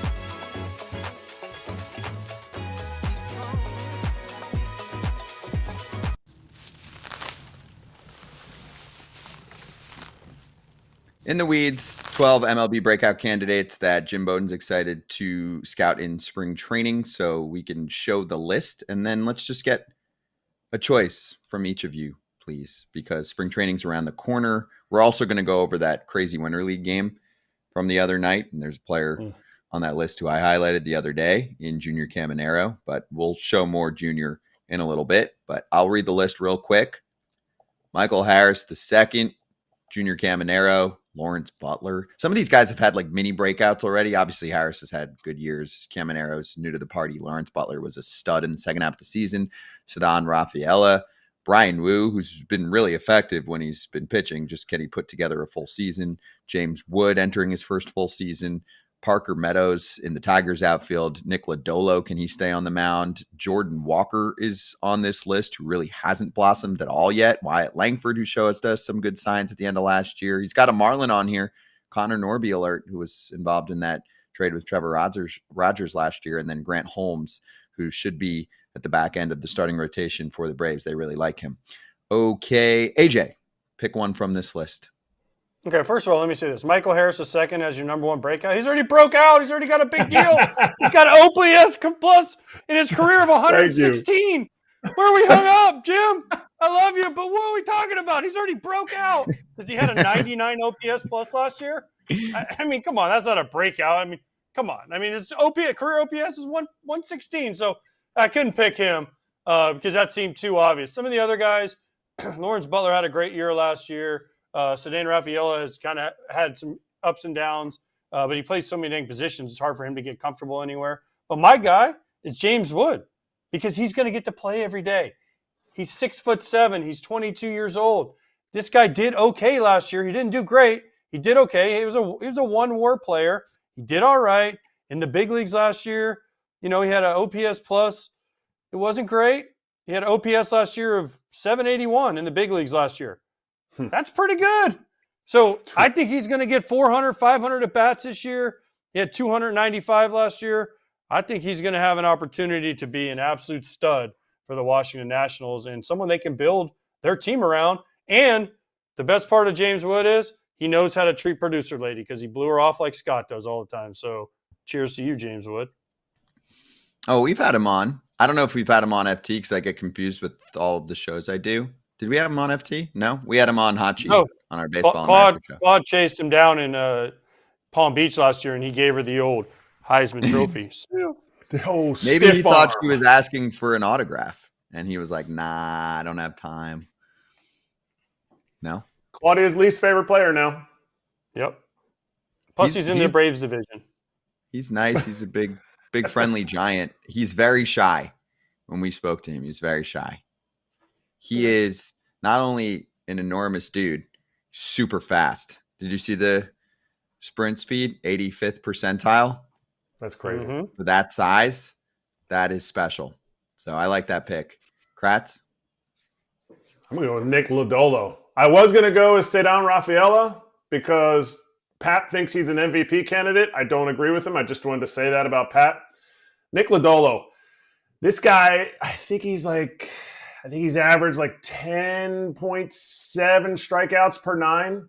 Last year it was down a little bit from there, but he dealt with a foot injury the entire offseason into the season that ended up lingering. And anybody that's dealt with feet injuries, plantar fasciitis, broken toes, that kind of stuff, play through it.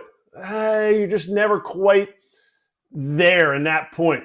I talked to his pitching coach, Derek Johnson, and he said he has been healthy since the end of last season, going through an entire offseason. And this guy's potential has been through the roof. His angle that he throws from analytically is ridiculous. Hitters don't see it. Oh, and he's not afraid to go inside. He led the league 1 year, his rookie year, in hitting dudes. Last year, he was pretty close. He throws inside with that angle. He creates so much variance in his slider and his heater in. Guys just have a tough time seeing him. And I don't even want to say the H word, but when he gets 30 starts, the numbers he's going to put up are all-star caliber. The H word. Health. Yeah, that's true. And that's the case with a few of these red starters. You're right. The back foot slider from Nick Lodolo. It's like, is that going to hit the foot or is it going to land in the zone? It's often producing some pretty nice swords. Mm-hmm. By the way, the rest of this list, can we talk? I know we kind of bouncing around here, but can we talk about some of these other guys? Like Brian Wu, he's established already. That's why it's like breakout. Brian Wu's nasty when he has the H word, health. Parker Meadows was pretty good for Detroit. Now, the Wyatt Langford's second half was really good. Connor Norby's going to get to play finally, so good for him. And then Jordan Walker's the one that I want to see what happens with him. Because the up and down, he hits too many balls on the ground. He doesn't do this. He doesn't do that. I mean, have the Cardinals ruined Jordan Walker? I know we've asked that, but like, what are they doing with him? Is he going to be he needs to be a guy they say, go play right field every day, and we'll see what happens for 500 at-bats. That's what the Cardinals need to do with Jordan Walker. Okay. I'm glad you brought him up because you're right. A lot of players on this list have had some success already, and I think Bowden's referring to the fact that some of those guys could go to a star level. Then there's others who have barely touched the bigs, and then there's someone like Jordan Walker. I've been saying this through and through. Kratz, he's not an outfielder. He's not going to be an outfielder. And I think some guys are thrown in the outfield and it makes them so uncomfortable that it throws them off kilter. Do you agree or disagree? No, I think I'm trying to look up like the StatCast, the sprint speed and all that for him. He's no James Wood in the outfield. Okay. And it shows. But look at a Cardinal outfielder. Was Matt Holliday an incredible outfielder? Listen, he's playing in the same organization. To me, you give this kid who is really his entire big league career, he's been a kid, just the vote of confidence that, yes, we're going to put you in left field. I want you to keep the ball in front of you. Don't let the balls get to the wall that shouldn't get to the wall. We're going to work all in front of you, and we're going to play really deep, and that's how we're going to help you out. And you know what? You're going to get 600 plate appearances. You're going to get them. Just pen them in. You're going to hit 7th until you start hitting better. Then you're going to get moved up in the order. And to me, ground balls, fly balls, oppo, pull, whatever, if he has the hit tool that made him an elite prospect, go let it play. This is the season. 600 at bat, 600 plate appearances, or nothing. I mean, I'm looking at the sprint speed. It's actually better than I thought, 78, but it looks clunky when he's out there in the outfield. I don't know. For me, I'm going off eye tests more than anything, AJ. And it's not like you're hiding Jose Altuve in Houston. Let him hit. Let him hit. Figure it out. But where? You can always find a position. Put him in the infield. Okay, put him in DH. I know they have Contreras. Put him at first if you have to. Put him in left field. Whatever you got to do. Just you got to get this guy's bat in the lineup and see what you got. They've hyped this guy up for over a year now, a couple years now. They gave him a shot. He was doing okay. They sent him down, right? That messes with your head as a player, man. Just give this guy and say, you know what, Jordan? This is a rebuilding year. This is your year. Now, if he goes out and he hits 200 till in June, maybe send him down. But if he doesn't and he's doing okay, if he's doing just okay, let him sit there and take the next step and figure it out instead of worrying about, oh my gosh, when am I going to go to Memphis? I'm going to Memphis. If I don't get a hit, I'm going to Memphis. No, you're there all year, Jordan. Go figure it out. Especially with his hit tool. Like, you're not sitting there going, this dude was just dropping tanks in the minor leagues. We got to call him up. They do that all the time and see how that works out. Like, guys fizzle. They get beaten by big league pitching. There is a aspect to wondering and looking over your shoulder. Am I going to play against this guy? Am I going to not play? Like, you gain a confidence. You become a leader in a clubhouse when you know you're in that lineup. Doesn't mean he's a 4-hitter right now. That's okay. Like, let him have success and then let him build on it. Let him permeate to the rest of that lineup. That's been the issue with a lot of that team, besides missing Yadier Molina, is nobody ever plays one position. So they never get comfortable. Oh, you're not playing today. You are playing today. You're pinch hitting. You went 3 for 4. Now you're pinch hitting the next day. You're playing center field. Oh, you want a gold glove. Now you're playing right field. Like, it's too much for a young player. Don't do that to young players. Do that to AJ when he's 38 and he signs as a 1-year free agent. Do that to Adam Frazier, who signs with the Pirates 1 year. Those are the guys you do it to, not 20-year-olds. Yeah, it's clunky when you look at the roster still right now on FanGraphs. They've got, I mean, Win is at short. They've Yep. got Alec Burleson DH, first base Contreras, second base Donovan, Arenado's at third. Outfield is Nootbaar, Walker, and Victor Scott. And then Ivan Herrera as the catcher with Pajes backing him up, with Gorman on the bench, Tommy Sagasi, who's young, and Michael Ciani, who's a really good defensive outfielder too. So it's like a bunch of here's how I look at it: auditioning. There's just like a lot of constant auditioning going on. Let him go. Yeah, Cardinals aren't going just to let win it this year anyways. They're not trying. They've said it. So let the young guys figure out what you got. Figure out some of those guys you name, Win, establish himself. Let some of the other guys see if Victor Scott, if he can do it, see who their catcher is going to be. What are you going to do with Nolan Arenado if he's there, right? Like, let the young guys go figure it out. And if the Cardinals, they don't work out, then the Cardinals will have to change their tune with Chaim Bloom at the head. But like this year, let them figure it out and see where they go. It might take off. Yeah. You never know. I think they're going to be better than most people think, because while they haven't been adding, I thought they were going to subtract, and they haven't really subtracted. Arenado's still there, Helsey's still there, Gray, Michaelis, etc. So I actually think they're going to be okay. No, playoff team, probably not, but I think they're going to be 500-ish, maybe a drop above. Yeah. Last word. Real quick, Chaim Bloom, look what he did to the Red Sox minor league system. He's going to do that. He's already starting to do it. He's already starting to do hires. He's been in the front office. He's looking for that staff that's going to grow that minor league system. You have to get it through your head that it's okay to let some young guys right now establish themselves in the big leagues, because then they're going to continue to feed that big league team with those minor leaguers. That Chaim Bloom clearly did a great job in Boston, because look what they've got coming up now. Yeah, he crushed it. They have high-end prospects. He absolutely crushed it. Underrated job there. They just didn't let him finish the job. All right, next up. They didn't want to. No, they didn't want to. Next up, the White Sox for our 2025 team storyline. I'm taking a 20-minute break. Special guest filling in for AJ, Chuck Garfien.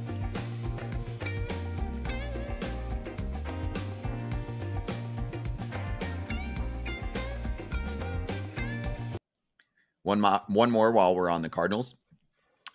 Dylan Carlson, who was with St. Louis and then Tampa Bay last year and was brutal, signed a 1-year contract with the Orioles. Obviously, he's still super young, so he can turn this around. Used to be a big deal prospect. 1-year contract, $975K. If he gets to 200 plate appearances, that turns into a clean $1 million for Carlson to join what could be a pretty crowded outfield.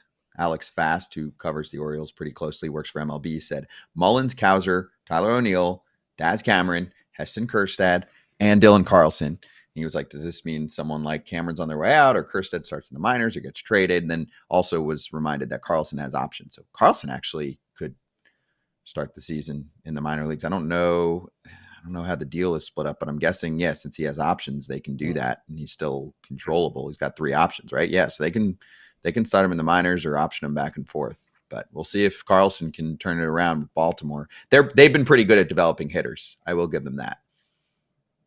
They have him. And he's a switch hitter. Gives him versatility once he figures it out, because you think he's going to figure it out. I mean, he's had some decent years in the big leagues. Again, another, didn't play a ton, but I don't know how many times he's been optioned down. He's been optioned twice based on he's got 3. He's got 3 options. I don't understand the option system. Okay. No, I'm pretty nerdy on the game, but I don't understand it. Someone replied, one of our FanGraphs buddies, John Becker, replied and said he's got 3 options remaining. No, I would disagree with John. Unless a rule changed, because he was up in the big leagues in 21 and in 22 and 23, and he got optioned down. So he's used up 2 in my calculation. He's used up 2 options. If you ever go down to the minor leagues, that's what I would look at. But he probably still has 1 option left based on what I'm looking at. Either way, gives him good depth. Is he impact right now? No. Could he be? Absolutely. A switch hitter in that lineup gives them versatility. Yeah. He was the guy that was supposed to be a star and never panned out, went to Tampa, did okay last year. But he's also, kind of been on the Jordan Walker plan. Oh, we really like him, we're not going to play him. We really like him, we're not going to play him. We really like him. Yep. Oh, he can't play because we're in a pennant race. It's like, just let the kid go and play and see what happens. Now, Baltimore might not be the best place for that to happen, But at the same time, it might be the only chance he had. So he's going there, and if he has to start in AAA, hopefully he goes down and gets hot, comes back and has a nice year and sees what he can do. But it's the same story as we kind of talked about with Jordan Walker. They just never really gave him a chance to play a ton. Yeah, change of scenery.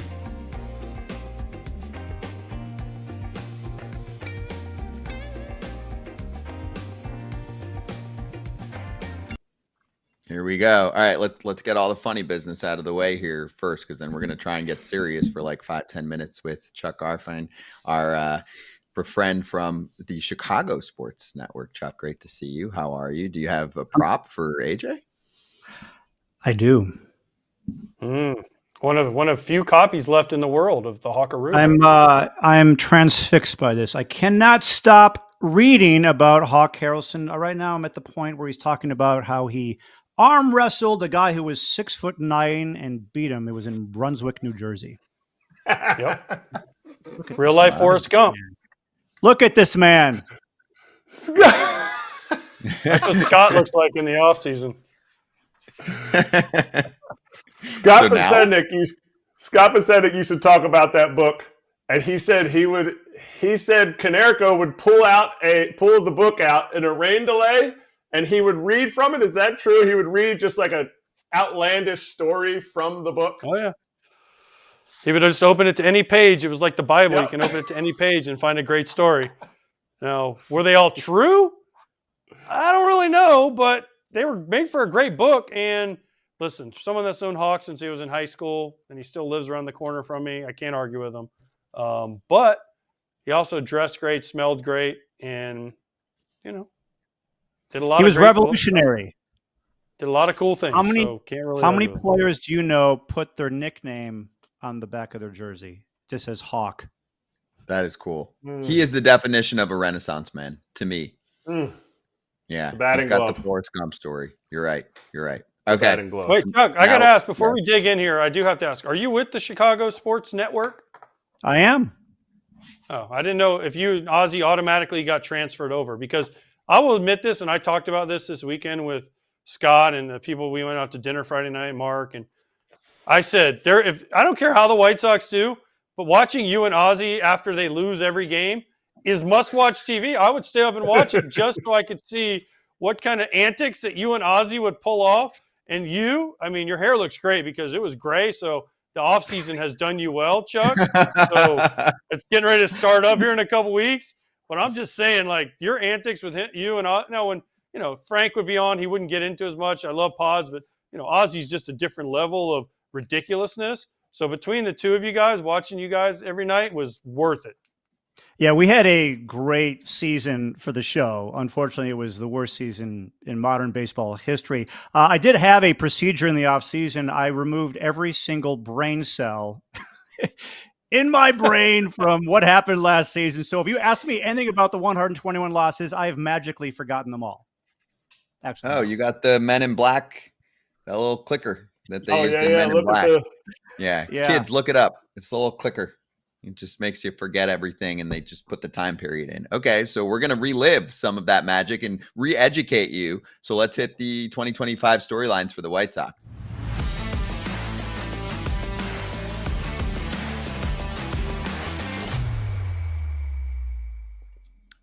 Homework is 4 storylines. Number 1, it can't get worse, ?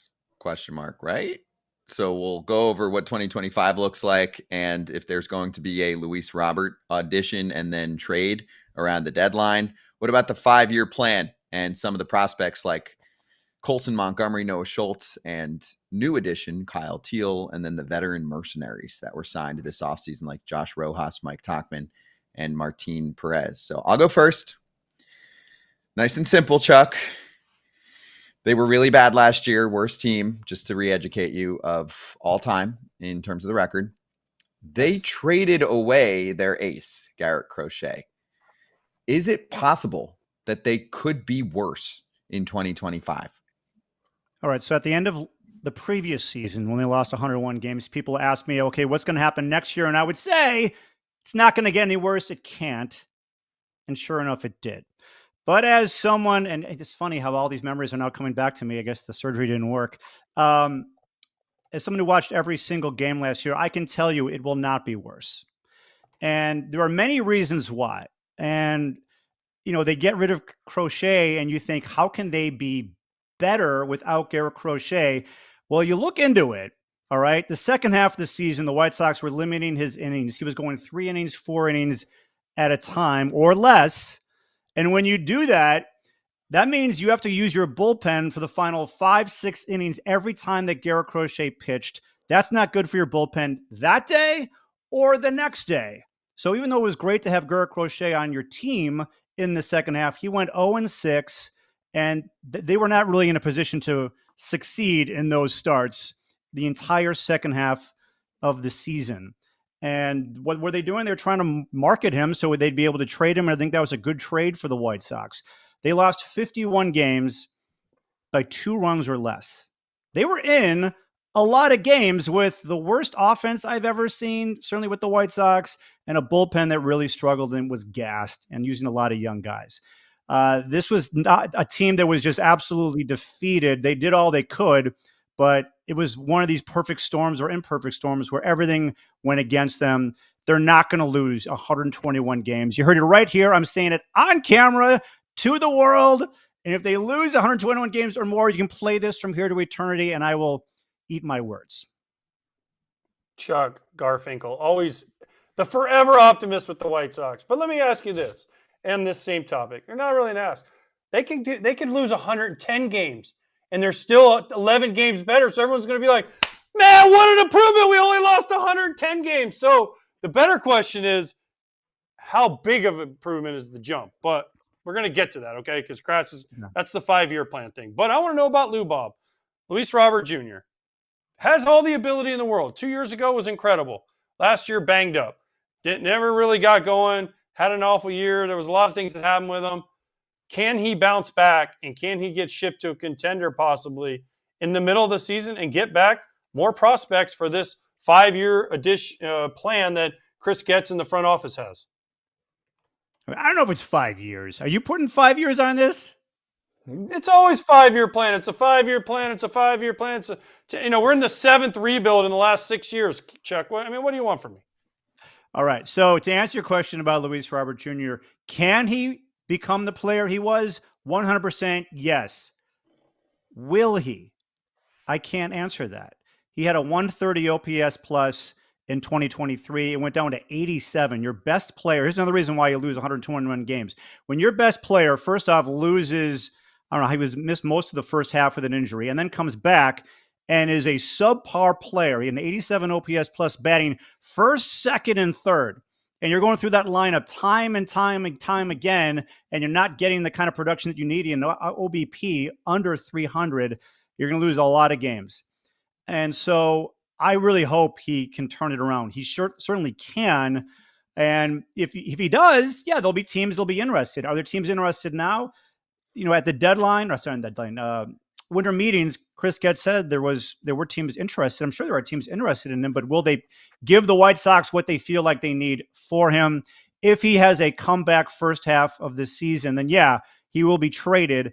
I'm putting it 50-50. How can you say you can rely on Luis Robert Jr. to have a comeback season or have the year that we hope that he can do when he hasn't consistently shown it, either with his results on the field or staying healthy? It's a mixed bag. I'd love to see it. I know it's all in there. He's by far their best player, and they keep him and they don't trade him before opening day, and he has a big first half, which I know he can do. They'll get a lot for him.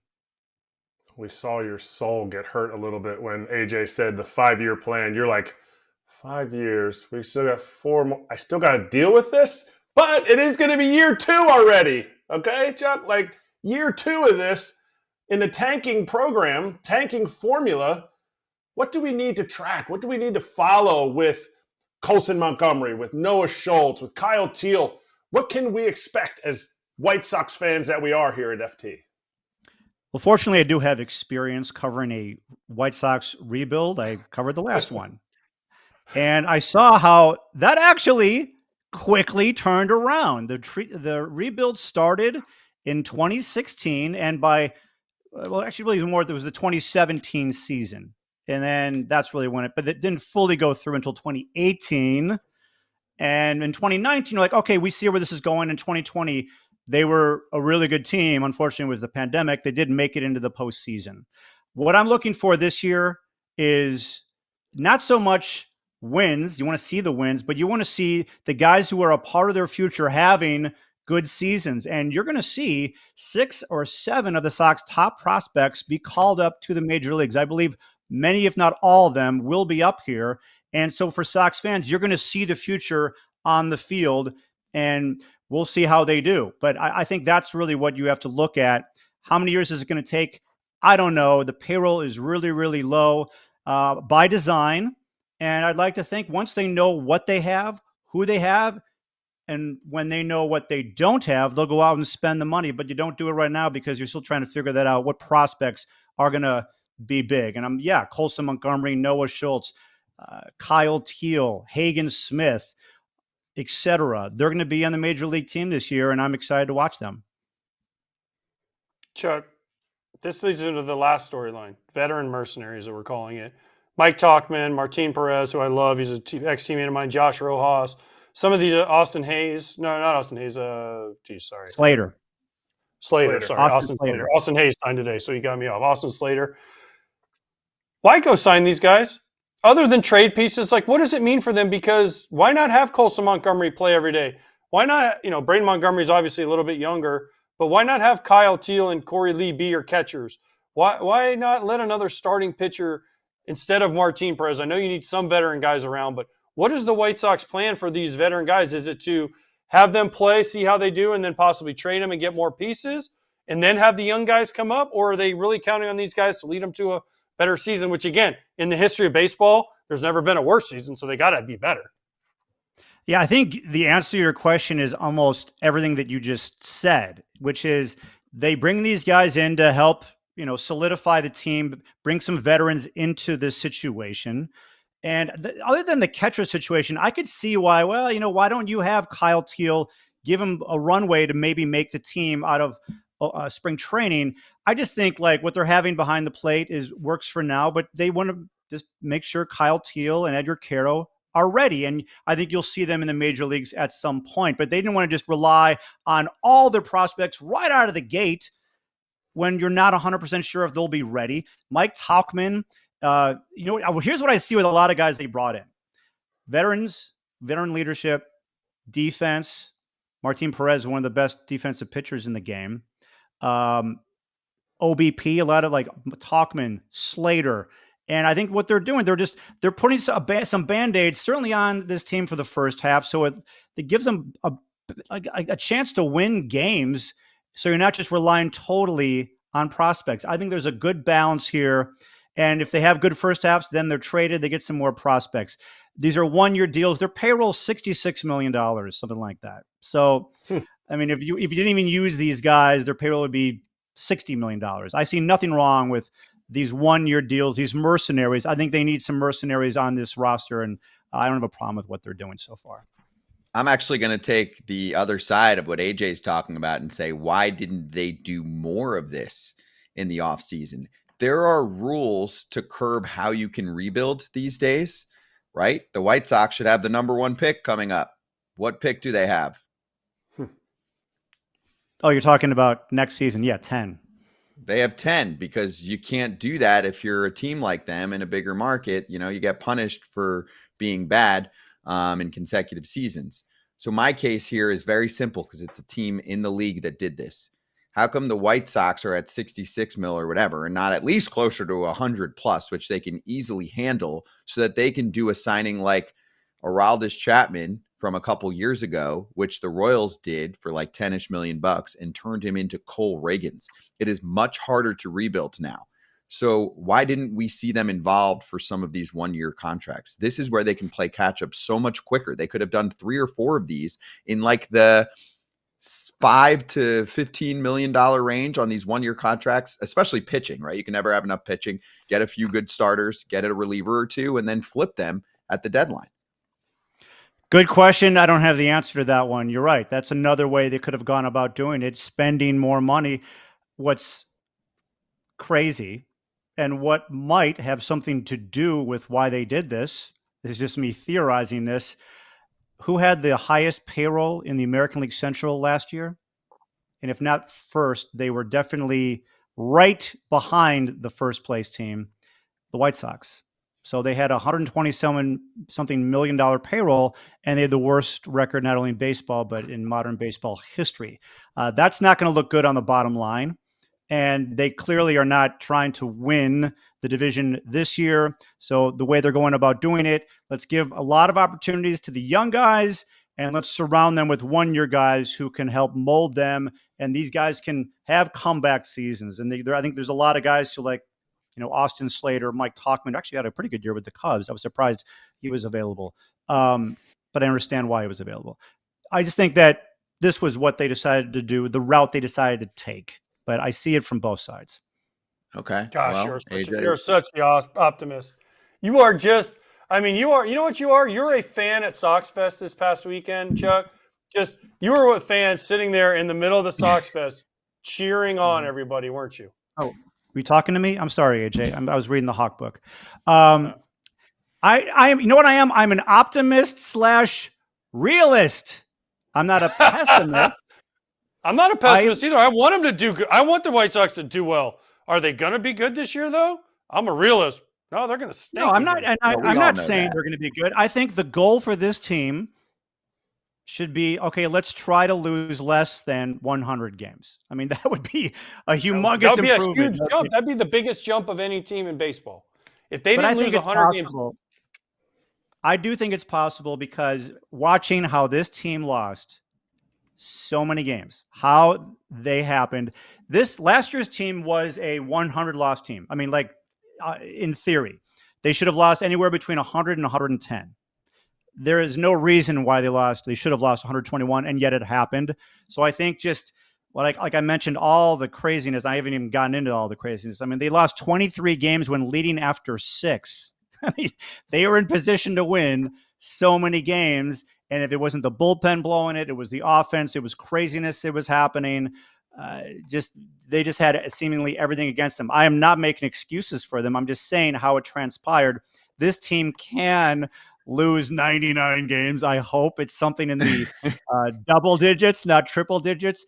But I would not be shocked if it was over 100, because there's just a lot of guys you're relying on who, are coming up to the major leagues. They're trying to find themselves.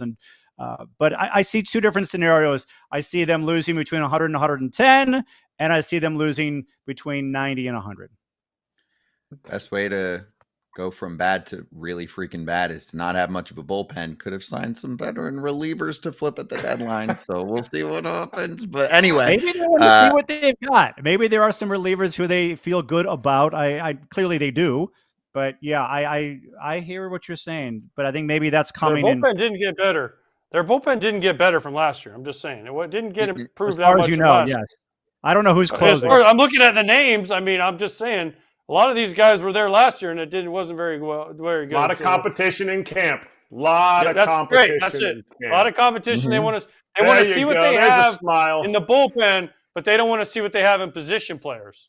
Yeah. If you're an indie ball pitcher and you think you've got it, just show up to Glendale, Arizona, and just see what happens. Okay. That's why he's our Chuck. Besides that. Right yeah. there. Chuck, you've been a great sport. Chuck, we got to remember these times. So in a few years, you can come back and be like, hey, remember when you just picked on me? And now, Ozzy and I can actually have a good time here on the post-game show. Yeah, but what's funny is that when they went through the last rebuild, what did they spend a lot of money on? And didn't work? Bullpen. That's true. That's true. I mean, I see, you could spend a whole lot of money on the bullpen. Hey, look at this guy was great last year. Oh, no, it's 2025. We got this crappy version of him. No, let's go with an unproven guy. Maybe he's got something that we can use that's cheaper. He's already in our system. We know him more than this guy who is playing for Texas or Atlanta, whoever it might be. So I know you want some definitive hot takes from me, but I am blending optimism and realism with you. That's what you're going to get. And you're going to get stories upon stories. And brevity. Chuck, listen, we don't want hot takes from you. We want realism. And you give it to us. That's why you're our Chuck. And Kratz said it best. He wants him to lose a lot of games just so he can witness the drama with you and Ozzy. That's it. Theater. That's really it. I didn't say that. Kratz said it. I didn't say that. I want him to win every game. I want him to go 162-0. Well, it is true that many of our best post-game shows do come after losses, but I do not want that. I want as many wins as humanly possible for the White Sox. I'd rather talk about a win than a loss. The easiest thing to do on a post-game show is talk about a game that ended in a win. Losses are tough, but I've got Ozzy there, and we have a good time doing it. We never make it personal, ever. We just tell it like it is. Tell you what just happened and why it happened. And We'll be watching. Yes, we will be watching. Don't worry. And we'll be talking about it here. Chuck, thank you. Good to see you. Great seeing you guys, even AJ.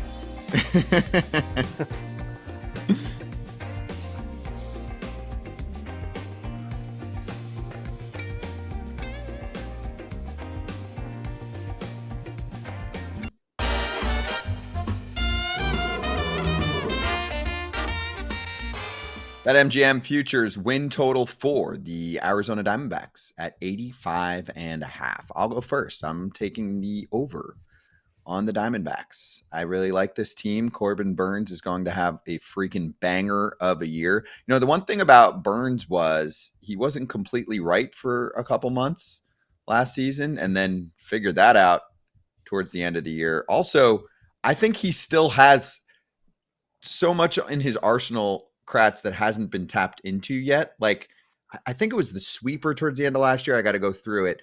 That he started using more, and then I was like, damn, if he uses that even more, he's going to be insane. Like, it's video game-ish for him at times, and I think if it clicks on the right cylinder, it could be a Cy Young season for him.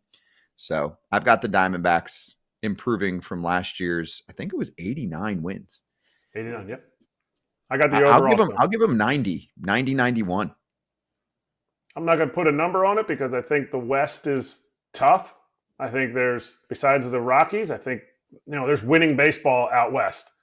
But I have over 85.5 wins because you're going to get a walk year outcome from Gallen.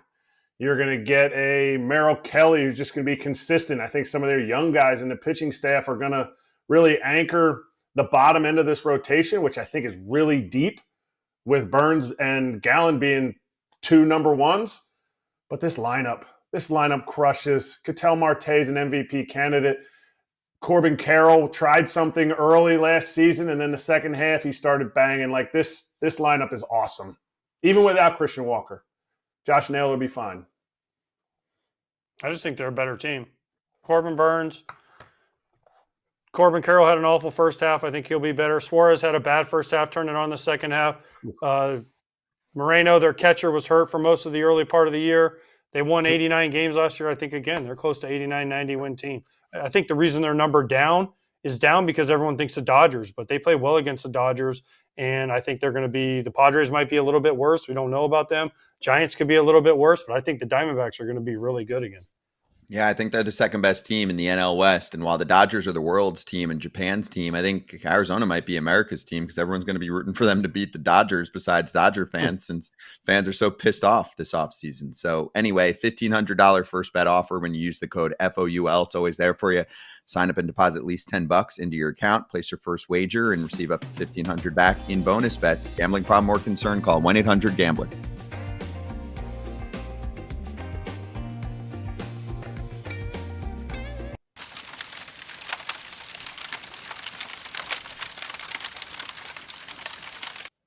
You guys see this Winter League game in the Dominican Republic? Electric. Yeah, it's cool. Did you see the drama too? Game 6, Albert Pujols is the manager and he contests the bat of some other dude and then they shred it up and then they said it was fine. And then anyway, Cueto's pitching game 7 and there's the picture from our guy Draftneck Mark, Mets host on Metsed Up, who said Cueto's wearing number 100 when he's pitching to Emilio Bonifacio. There's a blast from the past. The Junior Caminerio home run was absolutely insane. Did you guys watch him go around the bases? Barely. He barely made it. He just touched home now, and he hit the home run last night. It was about 10-minute layover between home run and touching home after home run. It was freaking wild. Oh, here we go. So that was the start of it. And also, that was not a walk-off home run. Crazy. That's fun. But they're used to it. They know what's going on there, and that you are allowed to take your celebration antics to another level. This is what we always try and bring more of to MLB. So there were just a lot of cool blast from the past names, AJ, and the theatrics are, in my mind, first level, first rate, A+. First of all, let me just say this. Yes, they know what they're going to get. People are asking, why don't they do this in Major League Baseball? Because they play too many games and people are going to get tired of it. I'm sorry. Like if I'm playing against him and it's the 13th time we've played him and he does this, no, someone on my team is going to get angry. Someone's going to get their feelings hurt. It even happens in winter ball. Every once in a while you'll see a brawl in winter ball. But I mean, it's cool to see right here in a huge game to send them to the Caribbean World Series. He high-fived everybody on his team, everybody in the stands, everybody in the whole town. I think he high-fived the guy on the light standard that was working on the scoreboard. I don't know. But I mean, he high-fived everybody. He stopped at 7 different dance moves, hugged the coach coming around third base. I mean, it was an incredible game. Good for him. It's a cool moment, but you could never get away with this. And not for any other reason than just someone's going to get their feelings hurt at some point. Yeah, you had to make your own omelet station at second base. It was great, right? Seriously, you pulled up with you had the peppers and even the lobster. It was like a high end one. It was great, right? You took orders from everyone and then eventually made it home. But it was fun. It was like when you play golf and you get to the 9th hole and they have like the taco station. It's so delicious. He stopped and got tacos for everybody in the dugout. I think he even gave us some out to the other team. So I mean, he was giving high fives to everybody that would get anywhere near him. So good for him. Yes, and it was a championship game, so regular season, no, that wouldn't play.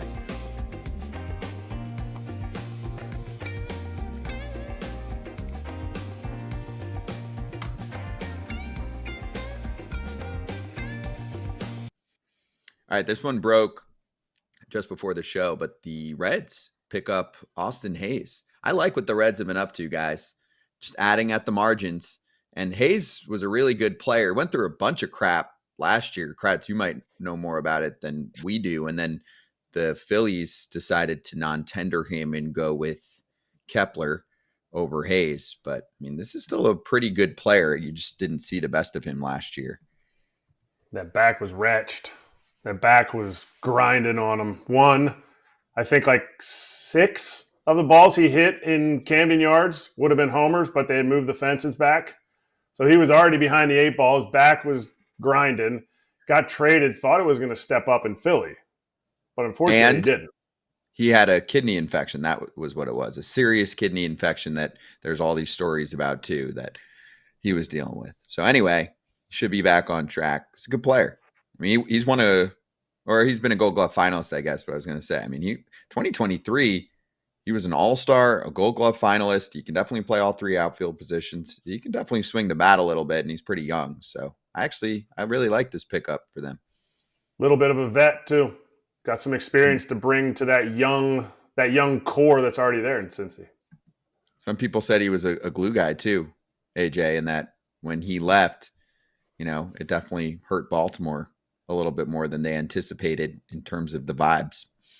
They said that last year. Remember, we had some Orioles guys on that said that last year, that when we lost him, it changed some things. So good for him to go to Cincinnati. And this is one of the teams that I think you can look for an uptick. And Kratz already talked about Lodolo, Tito Francona coming in there, some of their other guys, taking another year, Ellie De La Cruz. Scott, look at what I'm doing to your Ellie De La Cruz card. Oh, I'm touching it. No, don't do that. Don't do that. I'm touching it. Why? What does it matter? Well, the grade just went from a 10 to a 1. What if I do this?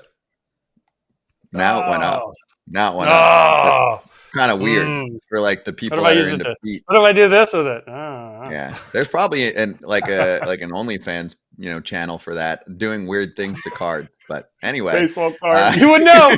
He would know. Out of all of us, he would know. Role play. Dude, yep. There's somebody who makes millions with just like a cam on them while they're sleeping. I'm like, what am I missing? We're at least talking baseball. Kratz like, I'll set up a camera to watch me sleep. I'll make millions. It'll be loud. Look at this nose. Yeah. You think this nose ain't snoring? Come on, man.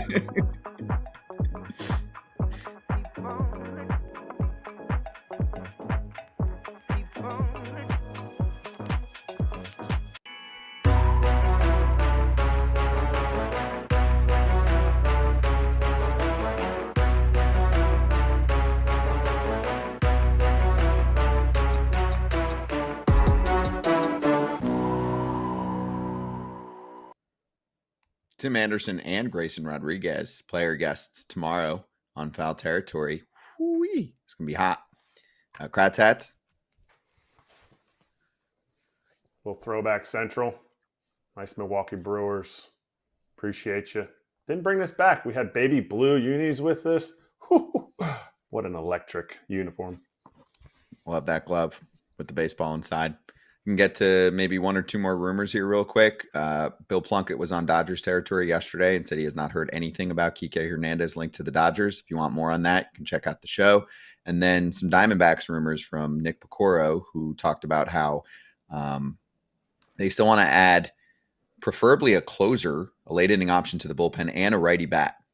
So maybe more about the team we were just covering. By the way, happy birthday, Jermaine Dye, World Series MVP from 2005. It's his birthday today, so happy birthday, JD. Did you text him? He loves FT. He follows us on Instagram. Of course I text him. He's my buddy. He's a good fellow. Of course I text him. I feel like that might be a good combo. You know what's funny is I have a lot of birthdays on my phone, so I'll send out a text to someone I haven't talked to in like a year, and they're like, damn, you're crazy if you know it's my birthday. I'm like, it must be crazy. And Does he still have his car? Does he still have his car that he won? He said he did. He might have got rid of it. He did last time I asked him. I think that's super cool. It's a good fella. AJ texts his friends on their birthdays. Good See fella. you tomorrow for Tim Anderson and Grayson Rodriguez.